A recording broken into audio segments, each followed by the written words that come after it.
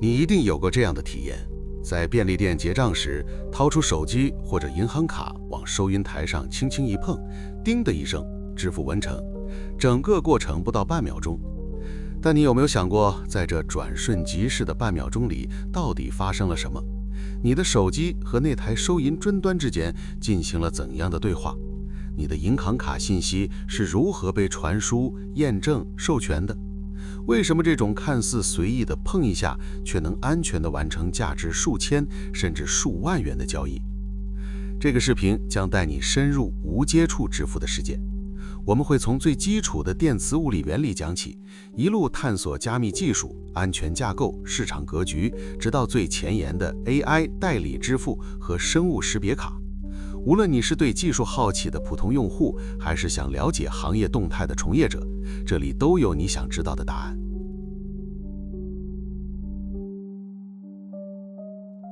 无接触支付的核心技术叫做 NFC（Near Field Communication） 近场通信。这个名字本身就透露了一个关键信息：近场。NFC 工作在13.56兆赫兹的无线电频段，这是一个全球通用的工业、科学和医疗频段。但与我们熟悉的 Wi-Fi 或 Bluetooth 不同， NFC 并不依靠电磁波的远距离传播，它运行在一个由磁感应主导的近场区域。在这个区域里，能量主要储存在磁场中，而不是辐射出去。这意味着什么？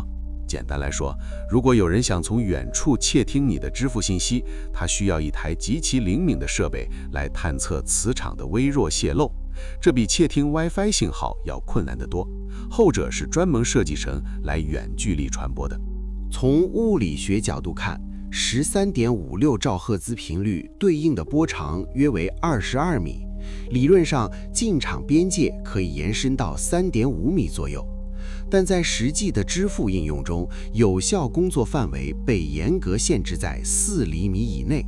这不是技术上的无奈妥协，而是一个刻意的安全设计。为什么？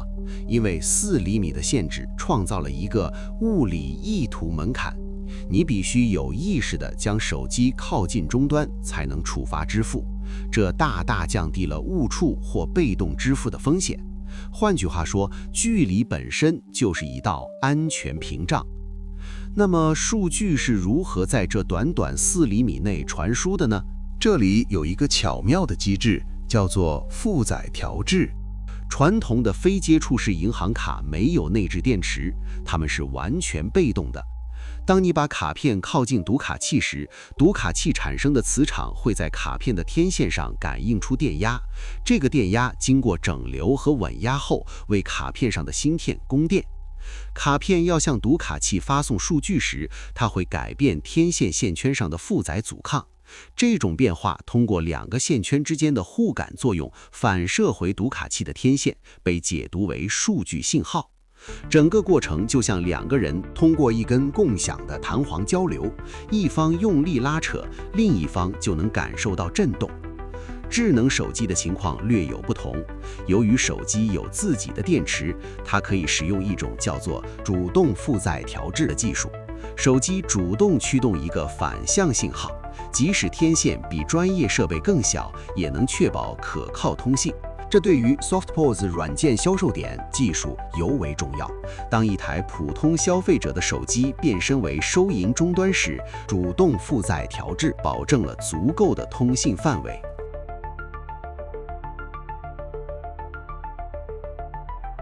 物理层解决了如何传输比特的问题，但这些比特代表什么意思？如何确保交易安全？这就是 EMV 欧洲付款、万事达卡、Visa 规范的职责。EMV 规范将简单的数据交换转化为安全的金融交易。它定义了一套严格的7步协议，每一步都融合了加密验证和风险评估。行业要求整个流程必须在500毫秒以内完成，这就是你感受到的那叮的一声。第一步，应用选择。当你的手机进入终端的磁场范围，终端首先要解决的问题是，你的钱包里可能有好几张卡，应该用哪一张？终端会发出 Select 命令，请求手机返回支持的支付应用列表。手机可能会说，我有 Visa 信用卡、万事达卡借记卡，还有银联卡。终端则将这个列表与自己支持的方案进行比对，选择优先级最高的那个。第二步，获取处理选项。选定应用后，特定的内核开始接管。每个卡组织 Visa、Mastercard、银联等都有自己的内核，定义了独特的交易逻辑。终端向手机发送 GPO 命令，手机则返回一份地图，告诉终端应该读取哪些数据。第三步，记录读取。按照这份地图，终端读取存储在手机安全芯片中的静态数据，主账号、卡片有效期、发行行公钥证书等，这些信息为后续的认证做准备。第四步，离线数据验证，这是防止卡片被克隆的关键步骤。终端会验证一个由卡片芯片实时计算的动态数字签名，即使攻击者复制了卡片的所有静态数据、卡号、有效期等，他也无法伪造这个签名，因为签名需要芯片上独一无二的私钥。最先进的方案 CDA 组合动态验证，还会将这个签名与后续的交易密码绑定，确保被验证的数据就是实际交易的数据。第五步，持卡人验证。系统需要确认拿着这部手机的人真的是卡片的主人吗？对于小额交易，比如低于100英镑，可能完全跳过这一步。对于大额交易，则需要输入 PIN 码或进行生物识别验证。在 Apple Pay 和 Google Wallet 中，这个验证发生在你解锁手机的那一刻。你的 Face ID 或指纹就是你是你的证明。这种方式叫做 CDCVM 消费设备持卡人验证方法。第六步，终端风险管理。终端根据内部规则评估交易风险，金额是否超过限额，这张卡是否在黑名单上，网络连接是否正常。基于这些判断，终端决定是在线上授权还是离线批准。第七步，密码生成。最后也是最关键的一步，卡片使用派生自发行行主密钥的唯一对称密钥，结合交易金额、日期、随机数等参数，生成一个应用请求密码 ARQC。这个密码就像一枚独特的数字指纹，发卡行可以通过相同的数学方式验证它，从而确认这是一张真实的卡片，交易细节没有被篡改，交易发生在声称的时间和地点。7个步骤，500毫秒，数十次加密运算，这就是叮的一声背后的故事。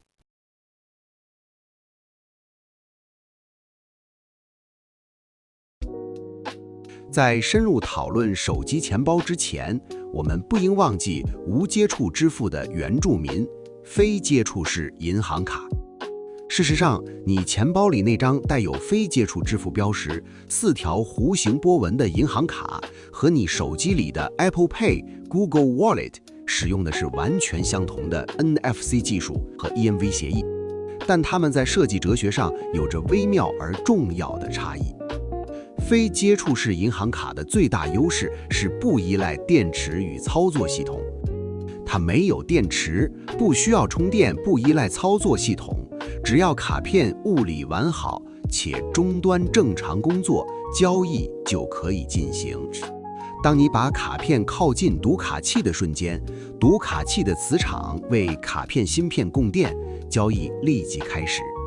这种被动式设计意味着，手机没电时你可能进不了地铁，但银行卡在设备层面更不易失效。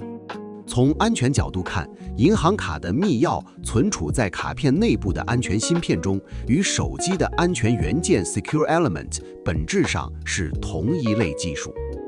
芯片从出厂那一刻起就封装着发卡行写入的私钥。这些密钥通常被设计为不可导出。安全目标是让复制或提取的成本极高，即使卡片被盗，攻击者也很难复制芯片内的密钥进行克隆。但银行卡也有一个明显的不便，它不认识你是谁。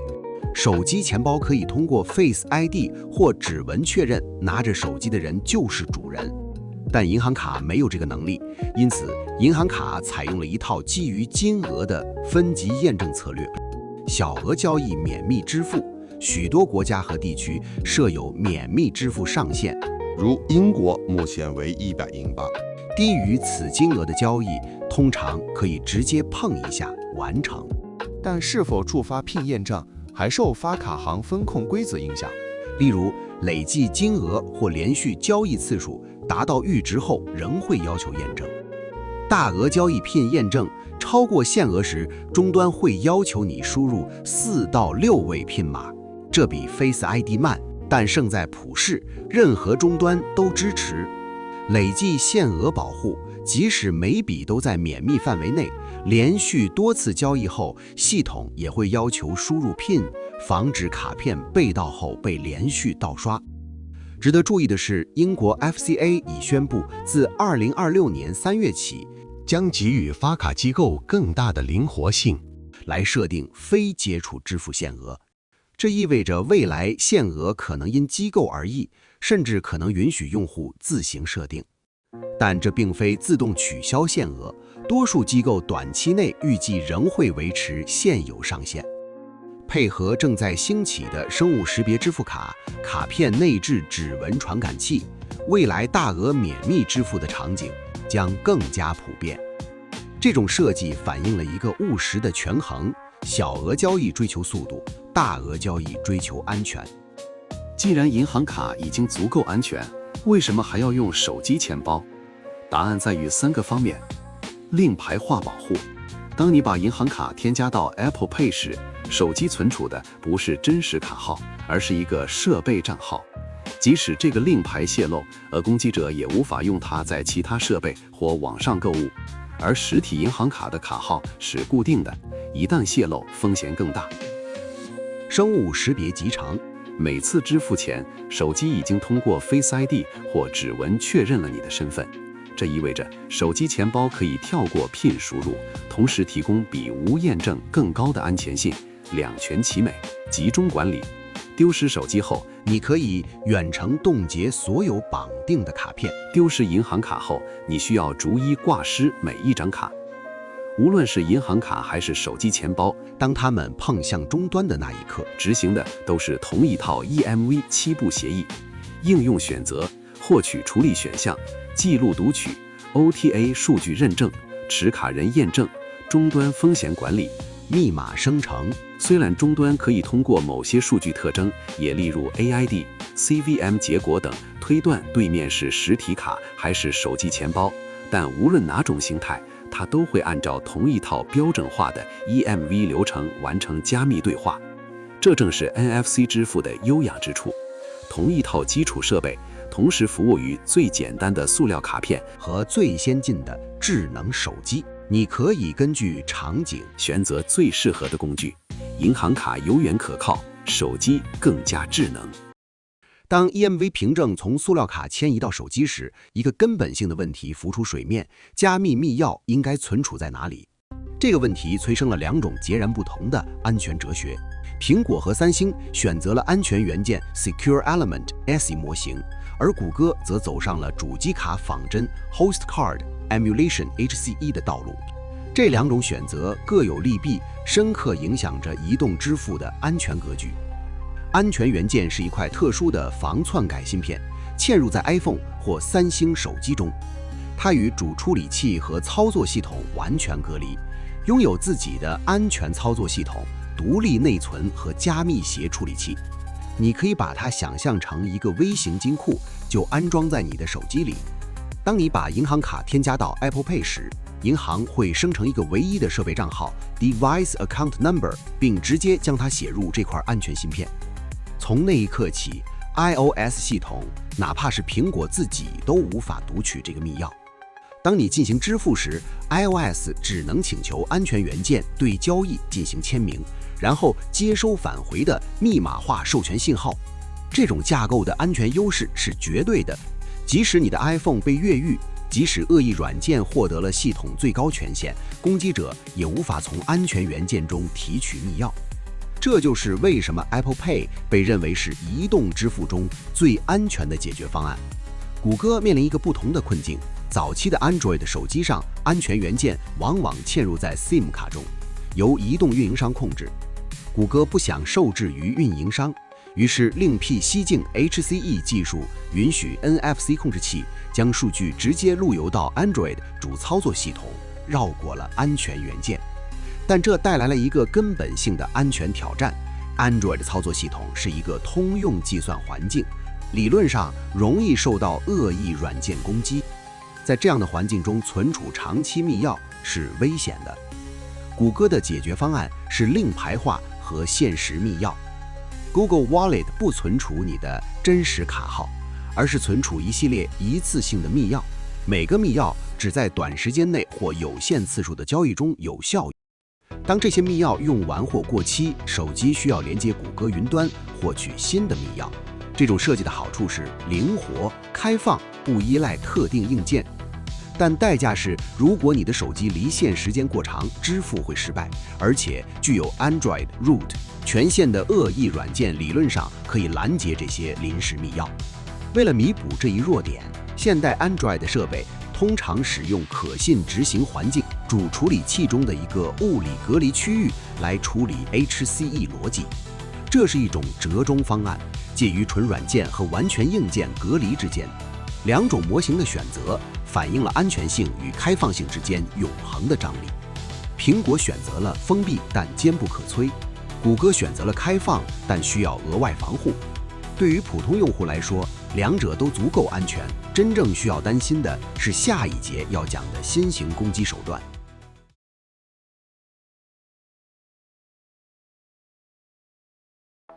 随着流经 NFC 渠道的资金越来越多，攻击手段也在不断进化。2024年底出现的幽灵支付攻击，将行业的警惕级别提升到了新高度。还记得我们说过 NFC 的4厘米工作距离是一道安全屏障吗？中继攻击的目的就是打破这道屏障。攻击者使用2个设备，一个鼹鼠设备放在受害者的银行卡或手机附近，一个代理设备放在远程的支付终端附近。这2个设备通过高速网络 Wi-Fi 或 5G 连接，实时中继 ISO 14443命令。对于支付终端来说，他看到的是一张就在眼前的银行卡，尽管真正的卡可能在千里之外。幽灵支付是中继攻击的升级版。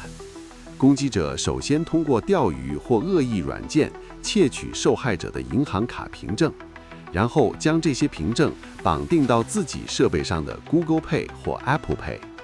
由于交易是从一个看起来合法的钱包发起的，并生成了有效的 ARQC 密码，传统的欺诈检测系统往往无法识别异常。研究人员发现，2024年已有超过760款恶意 Android 应用程序利用 NFC 权限实施攻击。它们可以模拟读卡器窃取实体卡数据，也可以模拟银行卡进行未授权支付，甚至通过界面叠加诱骗用户输入PIN码。行业的应对措施是距离限制协议。这种协议以纳秒级精度测量信号的往返时间 RTT。由于光速是恒定的，任何通过网络中继的信号都会引入额外的延迟，即使只有几毫秒，也会导致 RTT 超过阈值，触发交易拒绝。实现这种协议需要在终端和卡片或钱包中增加新的硬件功能。这些升级正在2025至2026年的更新周期中逐步推出。同时 ，AI 驱动的行为分析，如设备指纹识别、不可能的地理移动速度检测，成为了重要的辅助防线。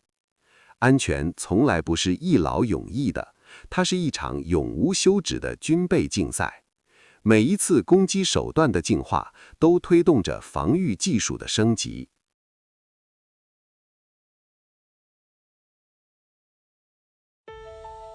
如果说便利店的碰一下是 NFC 支付的日常应用，那么公共交通系统就是它的极限压力测试。想象一下早高峰的地铁闸机，每分钟要处理40甚至50人次通过，这意味着每次碰一下的响应时间必须控制在300毫秒以内，比零售场景的500毫秒标准更加严苛。地铁站的网络环境往往不稳定，系统必须支持离线交易后的批料清算。更复杂的是，与超市不同，乘客进站时，系统并不知道最终票价，你可能坐一站，也可能坐到终点站，这需要进站刷卡和出站刷卡的机制来计算实际行程。正是这些苛刻的要求，使得交通系统成为 NFC 技术创新的前沿阵地。同样是 NFC 支付，全球各大城市的交通系统却走出了截然不同的道路。让我们来看看5个代表性案例。首先是伦敦，伦敦采用双轨并行策略，传统的 Oyster 卡和开放式 Banking 卡同时支持。更重要的是，伦敦首创了每日票价上限概念，无论你刷多少次，单日花费不会超过一张日票的价格。这个创新后来被全球多个城市效仿。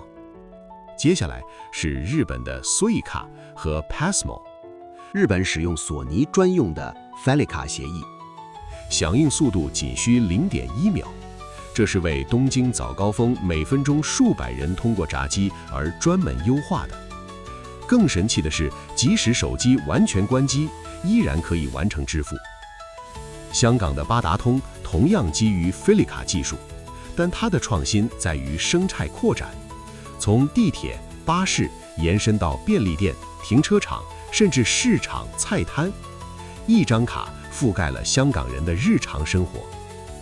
新加坡则代表了转型的故事，他们在2024年完成了从专用 CEPAS 系统到开放式 EMV 的全面迁移。现在，任何 Visa、Mastercard 或手机钱包都可以直接乘车。最后是纽约的 OMY 系统，纽约选择了最激进的方案，完全不发行专用交通卡，乘客必须使用银行卡或手机钱包。这是对开放式支付理念的最彻底的实践。5座城市，5种策略，从专用到开放，从单一到生态，这就是全球交通支付的多元途径。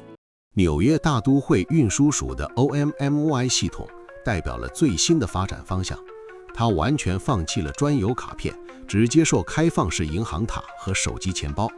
更创新的是它的票价上限机制，比如1周内刷卡12次后，剩余的行程免费。这个逻辑不是存储在卡片上，而是在后端根据你的唯一支付令牌计算。系统认识你，但不需要你注册账户。传统的 MetroCard 已于2025年12月31日停止销售。2026年1月4日，威彻斯特县的 B-Line 公交系统也全面采用 OMMY， 在纽约市及其北部郊区创造了一个无缝支付区。值得注意的是，日本的 Suica Passmo 系统，它使用的是索尼的 Felica 协议，严格来说不是 ISO 14443标准的一部分，但提供了惊人的 0.1秒瞬间响应速度。更重要的，它支持关机状态下支付，这引出了一个很多人关心的问题：手机没电了，还能刷卡进地铁吗？答案是取决于你用的是什么设备以及什么场景。从 iOS 12开始，苹果引入了电量储备功能，当你的 iPhone 电池耗尽或手动关机后，快捷交通卡 Express Transit 仍可使用最多5个小时。这怎么可能？还记得安全元件吗？它是一块独立的晶片，有自己的低功率电路和小电容。当主系统关闭时，安全元件可以独立运行，就像一个微型的备用电源。但请注意，这个功能仅限于交通卡，如 Suica Omni 北京、上海交通卡。普通的信用卡支付，比如在便利店买东西，需要 Face ID 验证，而关机状态下无法完成生物识别，所以不能使用。你需要提前在设置中启用快捷交通卡模式。由于 HCE 架构依赖主操作系统运行， Google Wallet 在手机关机后无法工作。少数使用硬件安全元件的设备，如部分三星手机的 Samsung Pay， 可能提供有限支持，但这不是普遍情况。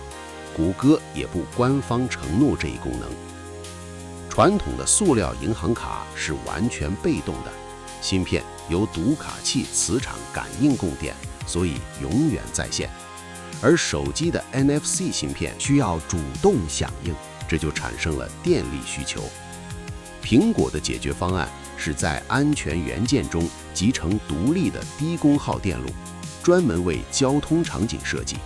因为进不了地铁站是真正的紧急情况，而买不了咖啡只是小麻烦。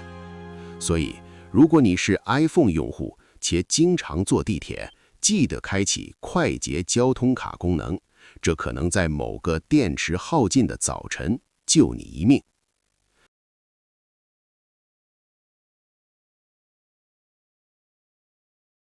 在发达市场，数字钱包的竞争已基本尘埃落地，形成了苹果和谷歌的双挂头格局。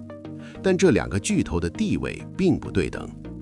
截止到2025年，Apple Pay 在美国拥有约6400万用户，占移动钱包市场的49%。Google Wallet 则有约3500万用户，市场份额30%。表面上看，差距不算悬殊，但真正惊人的是交易活跃度的差异。截止到2020年的数据， Apple Pay 占据了美国移动借记钱包交易的92%。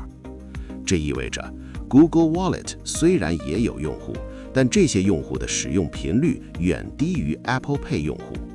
iPhone 用户将 Apple Pay 视为原生支付工具，日常依赖度极高，而 Android 用户面临多种支付选择 ，Google Pay、支付宝、微信支付、Samsung Pay 等多种支付使用被分散了。代际差异更加显著，73%的 Z 世代数字钱包用户每周都使用 Apple Pay， 相比之下，婴儿潮一代中只有不到15%每周使用数字钱包，他们更倾向于实体卡。这种代际断崖意味着，随着 Z 世代购买力的增长，向纯数字支付体验的转变将会加速。中国的支付格局是一个有趣的例外。尽管 NFC 技术在全球非接触式支付中占据68%的市场份额，但在中国，二维码支付仍然占据绝对主导地位。为什么？这不是技术选择，而是历史路径的结果。当支付宝和微信支付在2013-2014年间爆发式增长时，大多数中国商户没有 NFC 终端，大多数消费者的手机也不支持 NFC。二维码提供了一个零门槛的解决方案，商户只需要打印一张二维码图片，消费者只需要一个能拍照的手机。这种先发优势一旦建立，就很难撼动。银联的闪付基于 NFC， 尽管在安全性和速度上有优势，但面对已经根深蒂固的支付宝、微信支付生态，市场份额始终有限。不过，数字人民币的推进可能改变这个格局。数字人民币支持离线支付，也就是在网络信号极弱的情况下也能完成交易，这正是 NFC 的原生优势。随着央行数字货币试点的扩大， NFC 在中国的应用可能迎来第二春。这个案例告诉我们，支付技术的采纳不仅取决于技术本身的优劣，更取决于现有生态、用户习惯和历史机遇。有时候，够用比更好更重要。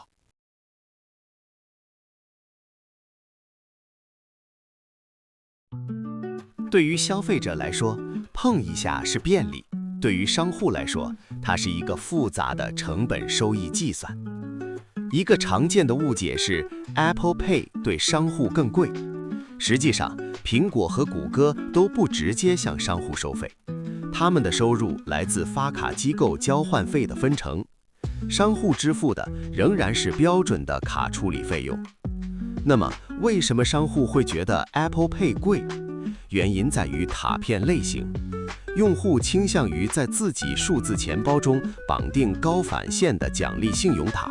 这些卡本身交换费就比普通借记卡高出很多。美国信用卡交换费1.5%到2.5%，而借记卡只有0.05%加0.21美元。所以成本来自卡片本身，而不是 NFC 技术。对于小商户来说，真正的障碍是后端硬件投入。以2025年美国公开报价例子，一台传统的 Verifone 或 Ingenico 终端售价250到500美元，一套完整的 POS 系统，如 Clover Station 可能需要1000到3000美元。对于一个街边小店来说，这是一笔不小的开支。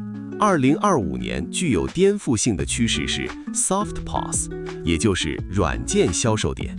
这项技术允许商户在普通消费级智能手机上下载一个应用，直接使用手机的 NFC 芯片来接受付款。这意味着什么？硬件资本支出降至0。一个送餐骑手，一个快闪店店主，一个新兴市场的小商贩，只要有一部支持 NFC 的手机，就可以接受银行卡支付。2025年全球 Soft POS 市场规模已超过4.2亿美元，预计到2035年将增长至29.3亿美元。当然 ，Soft POS 的安全性是一个值得关注的问题。它依靠软件认证和白盒加密来保护消费者在消费级手机屏幕上输入的密码。PCI MPOC 标准为此制定了严格的认证要求，但与专业终端相比 ，Soft POS 仍然面临更高的应用级恶意软件风险。虽然前端的轻触已经快如闪电，许多大型零售商的后端系统却跟不上。很多系统是为日中批量结算设计的，难以满足实时会员积分、及时欺诈检测等现代需求。升级这些系统需要与支付内核深度集成。对于使用15年历史软件的零售商来说，这是一项高风险、高成本的工程，结果是用户体验的碎片化。付款可以碰一下完成，但会员卡可能还需要扫条形码。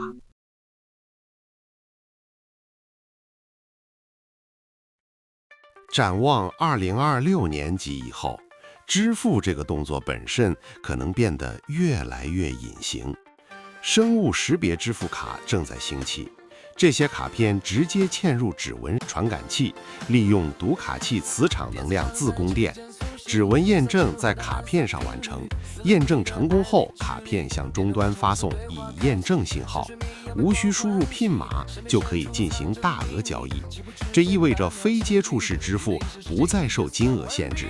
英国将于2026年3月19日取消100英镑的上限。市场预测，这一领域将从2024年的2.9亿美元增长到2030年的57亿美元，年均增长率高达64%。AI 代理支付是更具想象力的方向。想象一下，你的个人 AI 助手代表你协商购买，比如预订最便宜的机票或订购咖啡，然后使用领牌化凭证自动执行支付。你甚至不需要碰一下 ，AI 替你完成了一切。但这也带来了新的信任问题：如何区分用户发起的支付和 AI 代理发起的支付？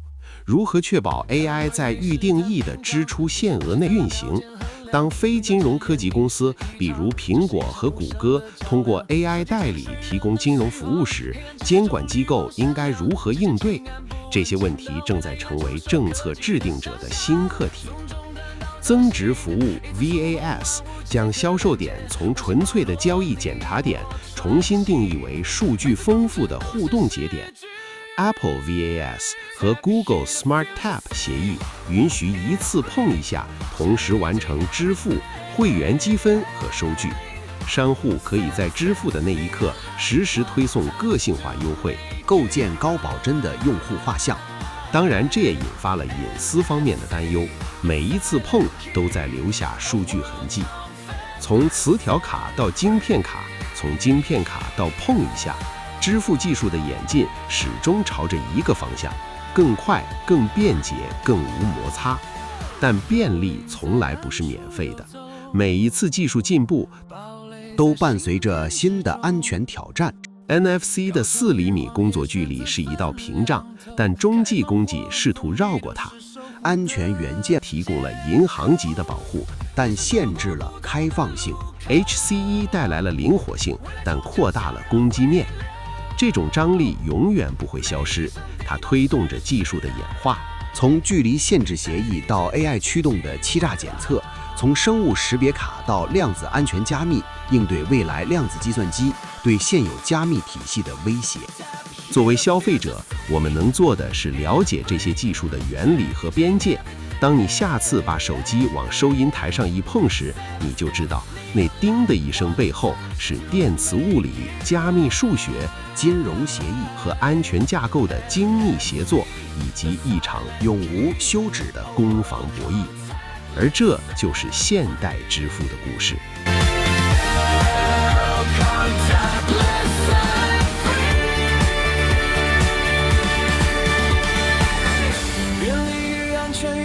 的焦虑，每一次触碰都是新的波语。